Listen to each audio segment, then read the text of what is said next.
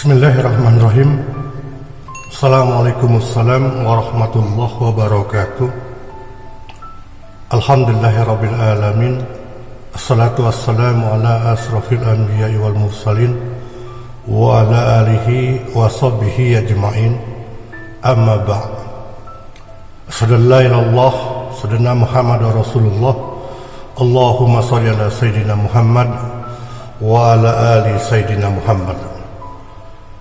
Kembali kita bertemu dalam sesi kuliah online yang mungkin kuliah online ini diberlakukan di seluruh perguruan tinggi karena ini merupakan perpres atau permen atau juga peraturan pemerintah. Ya, jadi kita mungkin akan melaksanakan kuliah tasawuf, akhlak tasawuf ini akan panjang waktunya.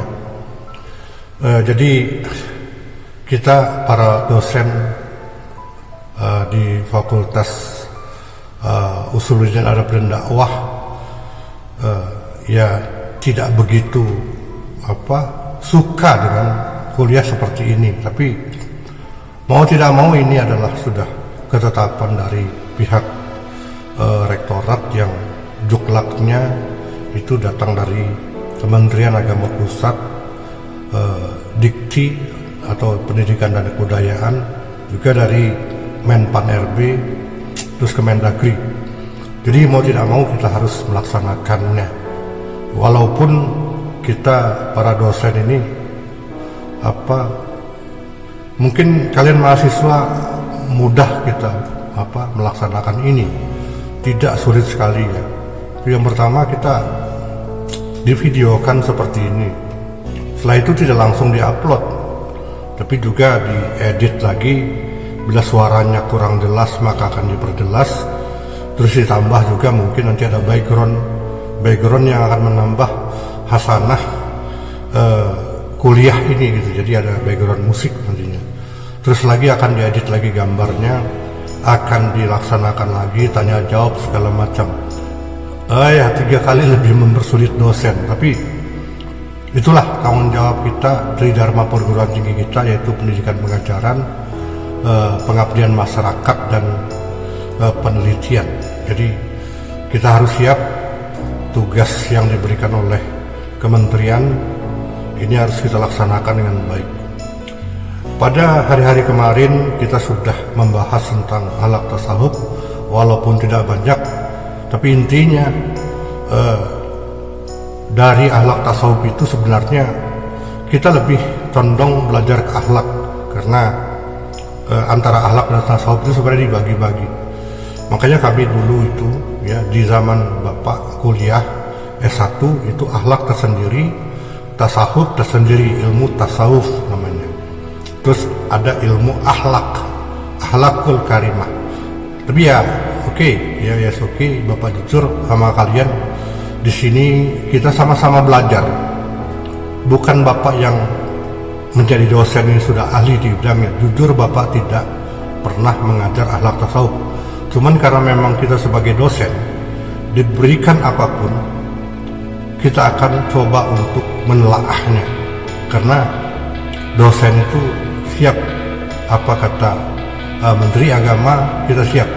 Ya, Menteri Agama di YIN Bengkulu adalah seorang rektor, dialah wakil dari Menteri Agama. Jadi kita siap untuk melaksanakan tugas-tugas dari Kementerian Agama.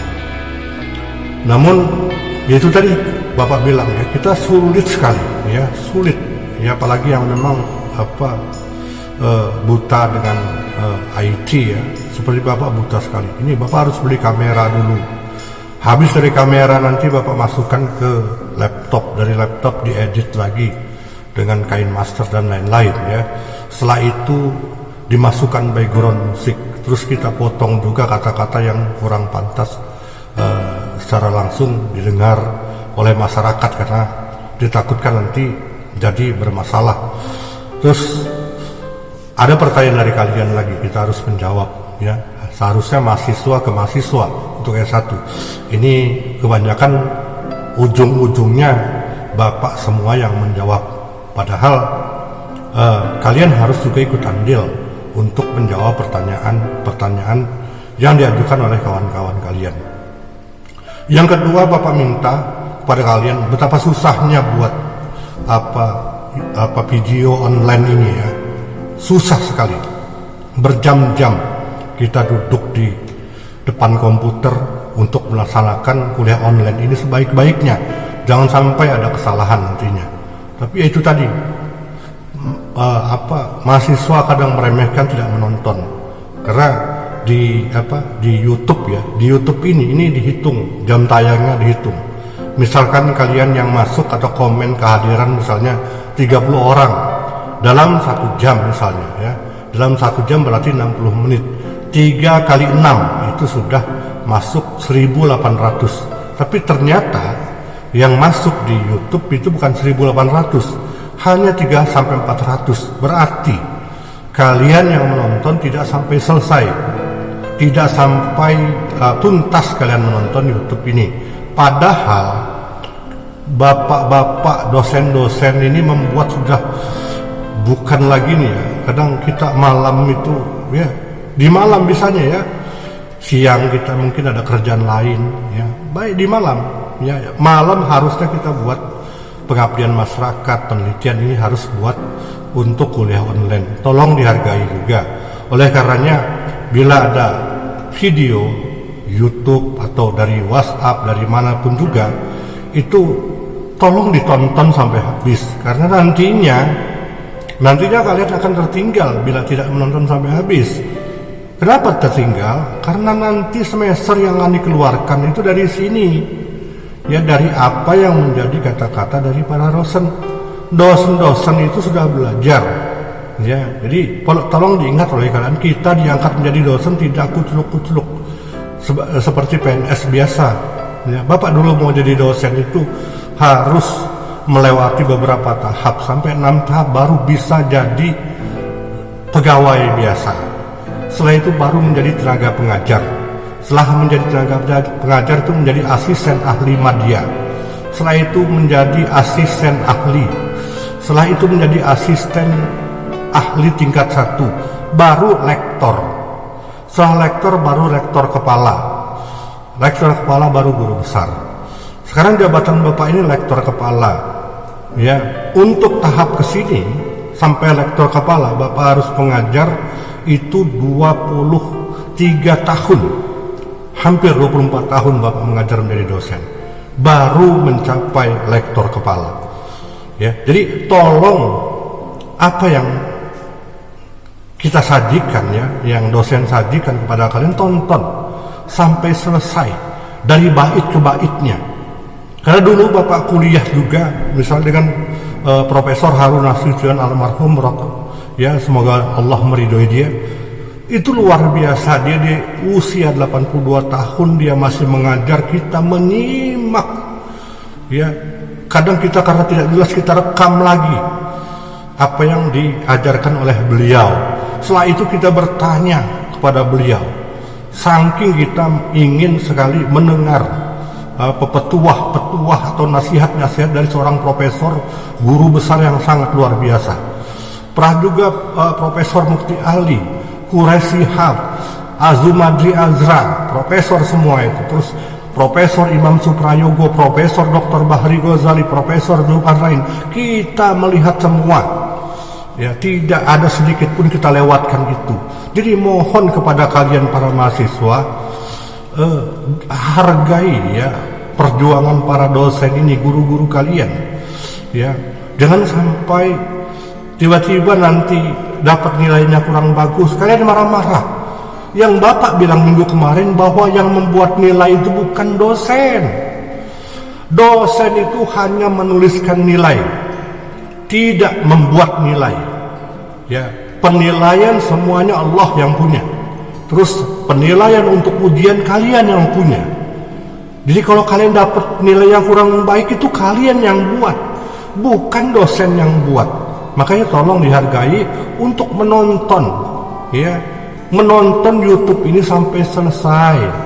Jangan ditinggalkan begitu saja, baru sebait, dua bait, baru berapa paragraf yang diucapkan, terus kalian loncati lagi. Tidak akan bisa, ya. Yang keluar dari mulut dosen itu seburuk-buruknya dosen, ya. Ini supaya kalian tahu bahwasannya dosen itu, apalagi di zaman Bapak, itu harus melalui tahapan-tahapan, misalnya teori dulu. Teori lulus kita masuk wawancara untuk TOEFL dan TOEFL. TOEFL itu bahasa Arabnya, bahasa Inggrisnya TOEFL-nya. Setelah selesai itu tahapan itu kita lulus dengan baik, baru kita dikasih namanya kitab. Kitab ada yang dikasih ada yang dikasih Al-Bayan, ada yang dikasih Al-Muwatta, ada yang dikasih Ihya Ulumuddin, ada yang dikasih kitab-kitab yang lain dari semua imam-imam untuk kita terjemahkan di situ. Kalau bahasa Arab kita buruk atau bahasa Inggris kita tidak bisa, tidak akan bisa kita menjadi dosen. Akan terpental karena banyak sekali yang kompetitor kita yang lebih hebat lagi begitu. Jadi akan terpental kita. Oleh karenanya tolong hargai yang kita para dosen ini, karena kita puntang-panting ini buat untuk kuliah online. Mahasiswa ini hanya menonton, hanya diminta menonton, mengomentari, mendengar, ya itu ya. Jadi jangan kalian menganggap gampang, Bapak enak aja buat inilah, kami nggak ada masalah gini segala macam. Ditonton, itulah yang kalau ditonton oleh kalian ada kebahagiaan tersendiri. Bapak lihat kemarin, lihat kira-kira mahasiswanya berapa nih? Oh di A sekian, di ini sekian. Nah ini sekitar, kalau ini masuk sekitar 1000 sekian dari ini. Jadi Bapak bisa pantau kalian itu nonton atau tidaknya gitu. Jangan hanya hadir Pak terus tidak ditonton. Ada yang seperti itu. Nah itu akan membuat kalian sendiri yang rugi nantinya. Mumpung kalian diajar oleh dosen asli ya, bukan asisten. Ya, ini mumpung semua ini rata-rata kuliah online ini dosen aslinya yang ngajar. Jadi dengarkanlah dengan baik ya apa yang dikatakan oleh dosen kalian. Oke, kita lanjutkan sekarang. Ini tujuan dari ilmu akhlak. Kita mempelajari ilmu akhlak aja ya. Jadi ilmu akhlak ini beberapa peneliti, beberapa ahli mengatakan ilmu akhlak itu untuk apa? Tujuannya untuk kehidupan yang baik di dunia maupun akhirat. Ya, nanti dipadankan dengan ilmu-ilmu lainnya. Terus lagi tujuannya juga mempelajari ilmu akhlak ini untuk menghindari ya pemisahan antara akhlak dan ibadah. Jadi menghindari kita antara perpisahan antara akhlak dan ibadah. Karena akhlak tersendiri ada, ibadah sendiri juga ada. Atau bila kita memakai istilah menghindari itu maksudnya menghindari dari agama dengan dunia. Ya. Jadi banyak orang yang mengatakan bahwasannya agama itu urusan akhirat, sedangkan masalah dunia adalah urusan masing-masing dari kita. Banyak orang yang mengatakan seperti itu. Itu salah, ya. Itu salah besar. Ada juga yang mengungkapkan agama itu urusan masjid. Di luar agama terserah semau gue. Bukan itu. Akhlak Islam tidak seperti itu mengajarkannya. Bahwa agama itu untuk fid dunya wal akhirah. Ada tuntunannya. Maka diturunkan Al-Quran, diadakan para sahabat dulu menetapkan hadis, dibukukan.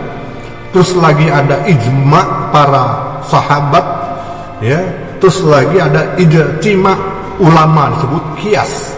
Dia ada 4 hukum Islam itu: Al-Quran, hadis, ijma sahabat, dan qiyas atau ijtima para ulama. Terus apa sih manfaat kita mempelajari akhlak tasawuf? Ada manfaatnya tidak? Wah, banyak sekali manfaatnya ya. Misalnya dikatakan oleh Ahmad Amin bahwasannya ilmu akhlak dan permasalahan menyebabkan kita bisa menetapkan antara yang baik dan yang buruk, al-faruq. Jadi ini baik, ini buruk.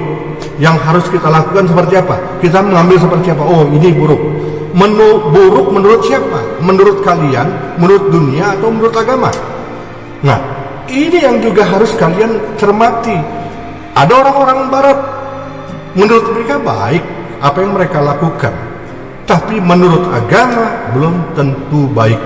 Jadi beda buruk antara agama dan buruk antara dunia, antara orang-orang barat dengan orang-orang timur misalnya. Jadi tujuannya itu kita bisa membedakan al-faruq, yang baik dan yang buruk itu menurut agama. Itu menurut Ahmad Amin. Juga ini menurut Mustafa Zahri, bahwasanya dia mengatakan tujuan dari perbaikan akhlak ialah membersihkan hati atau kolbu kita yang kotor, yang parno, yang isinya hanya suuzon, yang isinya hanya gibah, yang isinya hanya fitnah, yang isinya hanya namimah. Itu yang akan dibersihkan oleh akhlak, ya. Jadi dibersihkan dari apa? Dari kotoran-kotoran nafsu, ya, dan marah. Ada, kita mengelola marah. Marah boleh gak Pak? Boleh, tapi kelolalah kemarahan, atau bahasanya kelola emosi, ya. Dulu Bapak emosional sekali, ya, sangat emosional. Mahasiswa nggak dengerin Bapak, lempar ini, lempar itu. Dulu itu, setelah Bapak belajar kitab Ihya Ulumuddin, ya, belajar kitab-kitab Al-Muwatta, Al-Bayan, dan kitab-kitab yang lainnya, akhirnya Bapak bisa mengelola marah itu, mengelola emosi itu. Apalagi sekarang misalnya ada yang macam-macam, wah udah mulai. Kalau memang dulu Bapak, ya, dulu Bapak seperti sekarang ini, Bapak tembak dia, ya, tapi sekarang udah lebih turun tensi kemarahan Bapak, ya, walaupun punya kekuasaan, ya, walaupun ini agak tensinya turun. Jadi kita menjadikan hati kita suci setelah belajar akhlak ini, tujuannya, ya, suci, bersih, bagaikan cermin yang tidak ada nodanya dan ada cahaya di sana. Itu menurut Mustafa Zahri. Jadi seseorang yang mempelajari ilmu akhlak akan memiliki pengetahuan tentang kriteria baik dan buruk. Yang baik dan buruk menurut agama, bukan menurut dunia. Ingat, jangan kalian jadikan kebaikan menurut kalian, tapi kebaikan itu menurut agama, menurut sunatullah, menurut hukum alam, menurut hukum sebab akibat. Jadi tidak ada menurut kita. Akhlak itu sudah jelas diturunkan, laqad kana lakum fi rasulillahi uswatun hasanah. Lihat Rasulullah, akhlaknya Rasulullah. Beliau seorang yang sudah dijamin ahli surga. Beliau seorang yang maksum, terhindar dari noda dan dosa. Beliau 10 orang yang beliau adalah sesepuhnya para nabi. Beliau adalah baginda Rasulullah. Sampai sebutan-sebutan itu kepada Rasulullah luar biasa. Tapi apa? Akhlak beliau tetap santun. Akhlak beliau tetap baik. Ibadah dia tidak kurang-kurangnya. Ibadah yang dilakukan oleh beliau itu mungkin lebih baik ibadah beliau dari ibadah kita yang belum tentu masuk surga. Ini sudah dijamin ahli surga. Surganya pun namanya sudah dibuat oleh Allah, Al-Kautsar. Surganya sungai yang mengalir.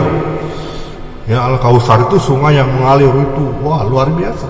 Surga tertinggi. Ya, di atas, di bawahnya itu baru surga Firdaus. Nah, Firdaus itu mungkin diperuntukkan untuk para sahabat Rasulullah sallallahu alaihi wasallam. Jadi ilmu akhlak itu berguna sekali untuk mengarahkan kita, aktivitas kita yang di mana sekarang ini iptek, ilmu pengetahuan dan teknologi yang demikian maju. Apa yang tidak bisa dicari?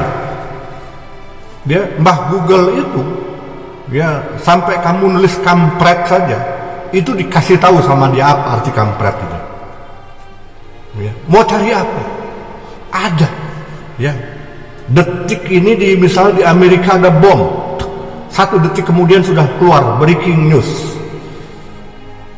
Luar biasa sekali. Nah, ini akhlak ini untuk supaya kita jangan sampai terlena dengan iptek tadi.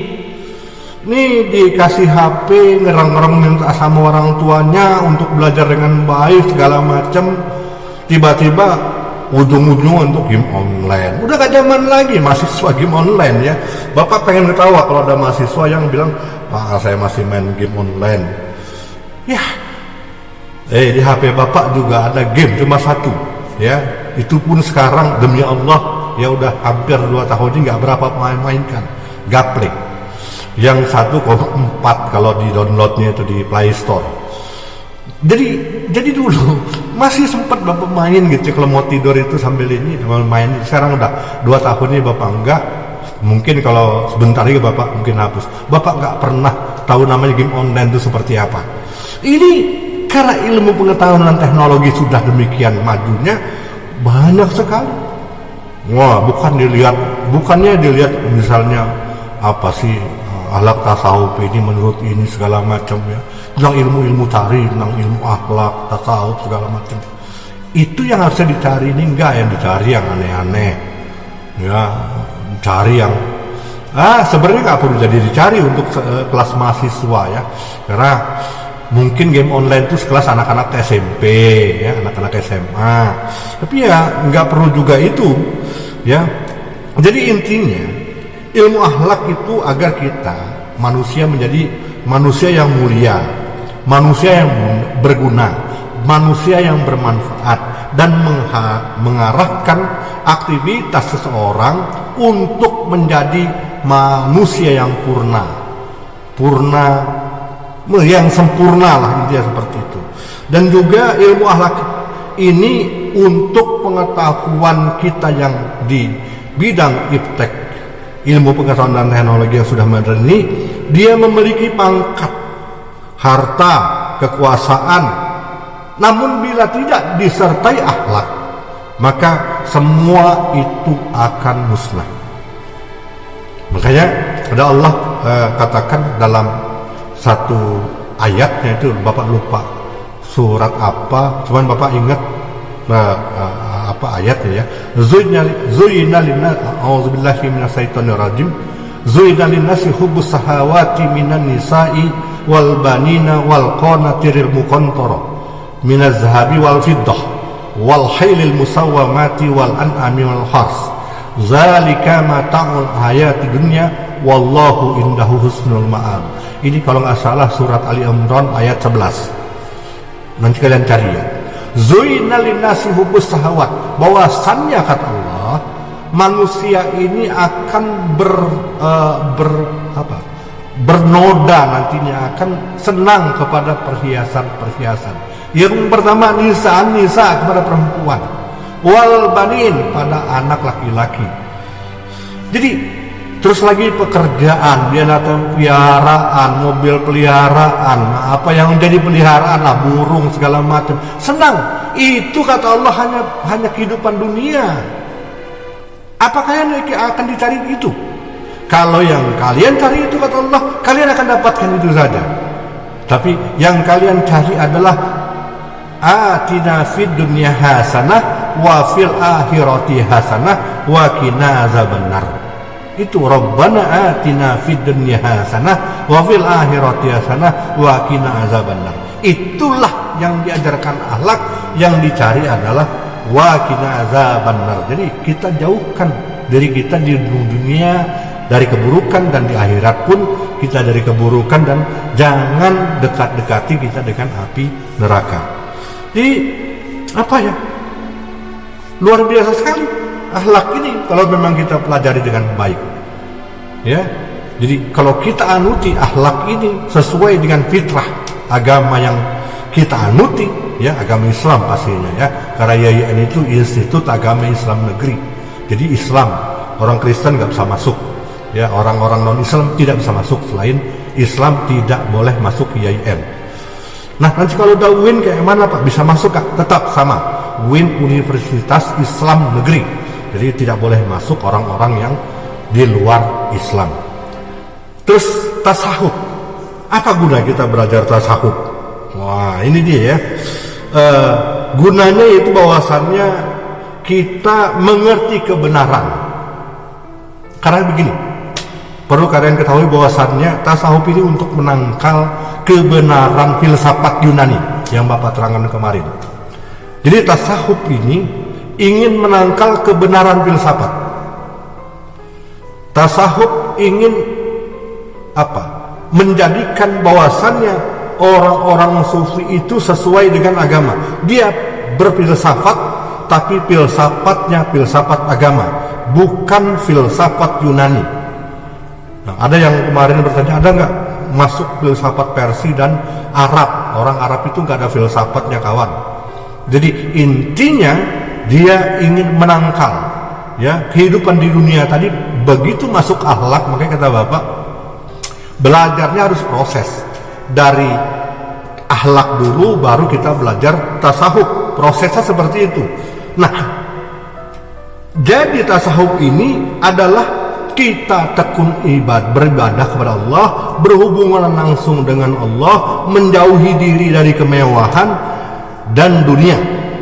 Zuhud, tidak suka kepada kelezatan harta dan pangkat yang diburu orang. Sekarang ini diburu orang itu kelezatan pangkat, kelezatan harta, kelezatan duniawi. Itu memang Bapak nggak suka. Jadi kalau Bapak nggak suka, Bapak ini orang tasawuf gitu ya. Ya, Bapak jujur ya, tidak gila dengan jabatan. Ya, dengan pangkat Bapak yang sudah tinggi harusnya ada jabatan, tapi Bapak nggak gila untuk jabatan. Ya, Bapak tidak suka. Ya, karena memang diajarkan dulu jangan megang jabatan lah, nanti tergelincir kata Bapak dulu ya. Di orang tua Bapak ya. Jadi beliau ya udahlah jadi orang biasa aja, yang penting amanah, yang penting patonah, yang penting tablik, yang penting menjadi orang yang asidik, jujur ya. Jadi itu, jadi intinya tasawuf itu menangkal filsafat. Yang apa? Di mana filsafat itu kebenaran dunia, tasawuf itu kebenaran akhirat. Jadi boleh Pak belajar tasawuf, boleh, tapi ada proses-prosesnya. Ya, Bapak bilang bukan kalian tidak boleh belajar tasawuf, boleh, tapi harus melalui proses-proses yang telah diberikan oleh para sufi-sufi. Ya, nggak sembarangan. Nabi itu sufi bukan Pak? Sufi. Sahabat-sahabat sufi, tapi mereka dulu nggak bisa disebut sufi, karena memang tasawuf tidak ada di zaman Rasul. Ya, ada yang bilang, oh, nah, tapi Rasul kan itu Pak, yang di Gua Hiro itu misalnya, oh itu berhalwat ya, berhalwat atau bertahanus. Beliau menjauhi diri dari perbuatan buruk orang-orang jahiliyah Quraisy pada waktu itu, karena beliau tidak ingin melihat ya bapaknya, pamannya, dan lain-lain itu berkelakuan buruk. Lebih baik beliau menjauh. Beliau tidak punya kekuasaan, beliau masih orang anak muda, jadi menjauhilah dari perbuatan-perbuatan buruk. Bukan beliau untuk menjadi seorang sufi. Tapi kalau sekarang kita lihat, dia seorang sufi. Sahabat-sahabat semua itu rata-rata orang sufi semua, karena mereka lebih banyak meninggalkan kehidupan dunia dan lebih menuju mencari kehidupan akhirat. Jadi kita melaksanakan itu berpegang teguh ya. Jadi harus kalau ingin belajar tasawuf ya, akhlak yang mulia itu harus ada dulu. Makanya ada proses di akhlak yang mulia dulu. Ini akhlaknya masih nggak bener ya, sama orang tua songong itu ya, kelakuannya tidak santun, etikanya nggak ada. Terus pada saat belajar tasawuf, belajar thoriqoh, nanti begini. Nah itu, jadi akhlaknya dulu diperbaiki kalau mau belajar tasawuf atau belajar thoriqoh ya. Bagus Pak, bagus kalau kita bisa kok ya. Kita lebih mementingkan kehidupan akhirat. Tapi bila salah nanti tersesat, seperti seorang sufi yang luar biasa namanya Al-Khalaj. beliau ini pengikutnya banyak sekali. Tapi begitu dia mengatakan dirinya, ana al-haq, ana Tuhan. Kenapa kamu bilang Tuhan? Karena Tuhan sudah menyatu dengan saya. Itu wahdatul wujud. Tuhan sudah menyatu dengan saya. Jadi saya dia Tuhan. Nah ini yang salah, tersesat akhirnya. Akhirnya yang bunuh itu bukan orang lain, tapi pengikut-pengikut dari al-halak ini. Jadi akhlak yang mulia itu harus ada sebelum kita mempelajari tasawuf. Jadi kita harus memiliki itu. Dan tasawuf itu dibangun dengan 3 hal, 3 cara. Yang pertama, berpegang dengan kefakiran dan bisa menjadi fakir. Bayangkan kalian, bisa nggak berpegang pada kefakiran dan sanggup menjadi orang yang fakir. Fakir ini bisa dapat zakat. Nah, ini kan salah satu asnaf di zakat ya. Bisa nggak seperti itu? Ya, 3 hal tadi yang harus dilewati untuk menjadi seorang sufi. Yang kedua, kenyataannya berkorban dan mementingkan orang lain. Jadi berkorban, kita bisa berkorban untuk mementingkan orang lain. Kita ada makanan 1 potong, tiba-tiba orang lain belum makan, kita berikan kepada orang lain itu.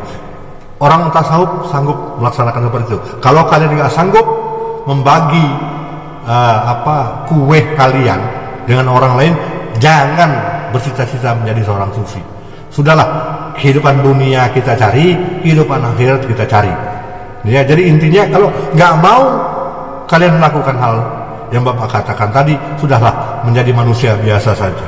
Terus yang ketiga, meninggalkan mengatur dan memilih. Memilih sesuatu pun nggak boleh. Jadi yang ada ya ambil aja. Baju yang bisa dipakai ambil aja. Gak usah pilih-pilih lah. Ya, ini 3 dasar nih, hukum dasar yang kalian baru bisa belajar bisa belajar tasawuf, belajar thariqah kalau sudah bisa meninggalkan yang itu. Kalian tidak boleh memilih. Dapat sepatu buruk ya buruklah, sudah ambil. Dapat cangin ya udah inilah. Dapat cangin ya udah inilah. Kalau kalian masih saya mau yang merah, saya mau yang putih, itu memilih belum bisa untuk menjadi tasawuf. Kata Bapak lebih baik nggak usah. Nanti jadi kalian ya tersesat nantinya ya, seperti ahalat. Menurut Ma'ruf Al-Qurhi, tasawuf itu berpegang pada apa yang hakiki. Ya, hakiki itu dari Allah dan menjauhi sifat tamak, rakus, sombong, congkak ya, terhadap apa yang ada di tangan manusia. Yang sudah ada pun nggak boleh sembarangan ya. Ini menurut Ma'ruf Kuti. Jadi peranan sebagai seorang tasawuf itu adalah mendekatkan sedekat-dekatnya diri kita kepada Allah dengan menekankan pentingnya akhlak. Ya, dengan mementingkan pentingnya akhlak. Sopan santun, baik kepada Allah, baik kepada manusia, dan baik kepada alam sekitar kita. Ya, yang udah sanggup silahkan masuk. Tapi yang belum sanggup, yang 3 tadi tambah lagi ini, jangan coba-coba masuk. Stres nantinya ya. Nah, kalau udah stres nanti ke tempat Bapak ya, Bapak ahli jiwa masalahnya nih. Sebenarnya banyak yang Bapak obati orang-orang yang memang dari pesantren yang ngambil ini dan belum waktunya seharusnya dia ngambil. Dia ambil sama dia, akhirnya seteres ya. Kalau udah itu ya tadi kejiwaannya akan terganggu. Jadi ajaran tasawuf ini menurut Al-Junaid dikembangkan oleh sufi terkenal. Nah, ini dikembangkan oleh sufi terkenal namanya Husain Ibnu Mansur Al-Halaj ya, baru Bapak katakan tadi ya. Nanti ada lanjutannya. Kenapa? Ini dia kembangkan oleh beliau ini. Orang yang sudah makrifat, belum mendapat ridho dari Allah, dia sudah mengatakan ana al-haq, saya Tuhan. Karena Tuhan itu sudah bersatu, wahdatul wujud, sudah bersatu dengan dirinya. Makanya dia mengatakan itu. Yang mengembangkan ini, yang mati dihukum gantung oleh ulama Syariah tahun 309 Hijrah. Kenapa mati dihukum gantung? Ini pengikut-pengikutnya nih, ulama-ulama ya. Karena itu tadi, kenapa dia digantung itu seperti itu? Karena dirinya mengatakan bahwa dirinya sudah menyatu kepada Allah Subhanahu wa ta'ala, menyatu kepada Tuhan sebagaimana yang terlihat dari ucapannya, ana al-haq. Nah, ini Bapak baca dari buku aslinya ya, berbahasa Arab. Ana al-haq, ana al-haq. 3 kali dia ucapkan, aku adalah Allah, aku adalah Allah, aku adalah Allah, aku adalah yang maha benar. Yo, siapa yang mau jadi pengikut Al-Halat? Ngacung tangan komentar. Ya, kalau mau jadi pengikutnya silahkan. Ya, tinggal bapak nanti pancung kalian, atau kalian tinggal nunggu datang ke rumah bapak untuk berobat ujung-ujungnya nanti ya. Kalau mau mengikut Allah, ya sampai itu. Ini Bapak baca buku kitab aslinya ya. Analah, 3 kali disebutkan. Saya yang maha benar.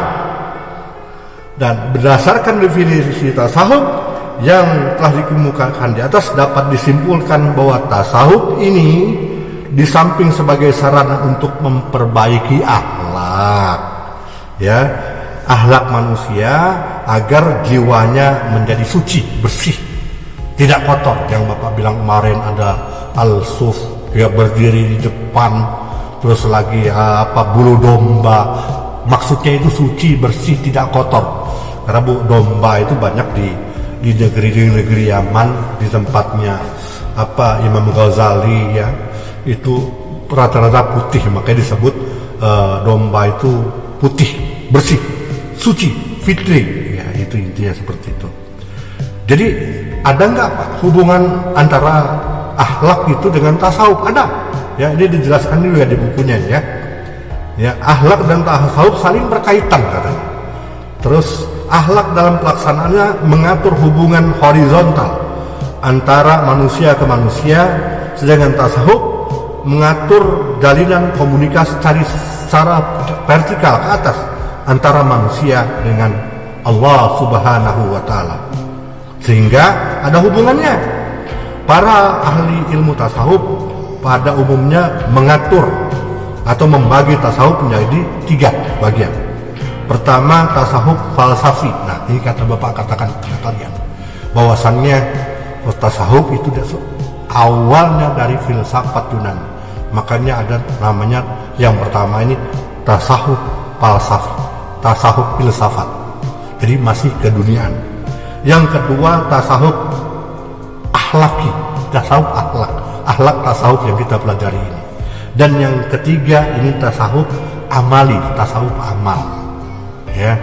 Nah, kalau kita belajar yang begini aja, rasa bapak juga bisa gitu ya, dan kalian juga semua bisa. Tapi ini jangan berlebihan, nanti lari ke makom-makom yang Bapak bilang, lari ke tempat tujuan-tujuan, dari sabar ke syukur ke zuhud ke waro ke ini dan lain-lain sampai dengan ma'rifat dan ridho Allah.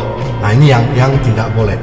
Jadi yang memiliki tujuan ya, 3 tadi memiliki tujuan, yaitu mendekatkan diri kepada Allah dengan cara membersihkan diri dari perbuatan yang tercela dan menghias diri dengan perbuatan yang terpuji gitu. Jadi intinya menghindar dari perbuatan yang tercela dan kita mendatangi yang berbuat perbuatan terpuji ya, Muhammad terpuji. Jadi tujuan mempelajari tasawuf itu adalah ma'rifatullah katanya. Ma'rifatullah, mengenal Allah secara mutlak dan lebih jelas. Nah, ini berbeda. Ma'rifat itu mengenal Allah dengan lebih jelas secara mutlak dan lebih jelas ya. Kita mengenal Allah dengan sebaik-baiknya, jelas sekali, dan mutlak hukumnya ya. Tapi tidak mengaku seperti al-halat tadi, ana al-haq, yang ulangi itu ya, nanti dibunuh orang kalian ya. Jadi intinya seperti itu. Terus tasawuf juga memiliki tujuannya itu kebersihan diri dan bertakarub kepada Allah Subhanahu wa ta'ala. Nah, namun tasawuf tidak boleh melanggar apa-apa yang telah diatur oleh Al-Quran dan As-Sunnah baik dalam akidah, pemahaman atau tata cara yang telah dilakukan. Jadi tidak boleh melanggar itu. Ya, itu hukum agama lah. Ya, umum saja. Kita juga tidak boleh melanggar hukum dari Al-Quran, As-Sunnah, Ijma, Qiyas. Kita tidak boleh melanggar itu. Jangan misalnya sholatnya 4 rakaat zuhur dijadikan 6 biar lebih cakep, Pak. Jadi 6 aja lah.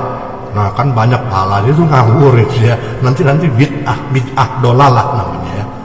Ya, jadi dolalah finnar, ya, neraka.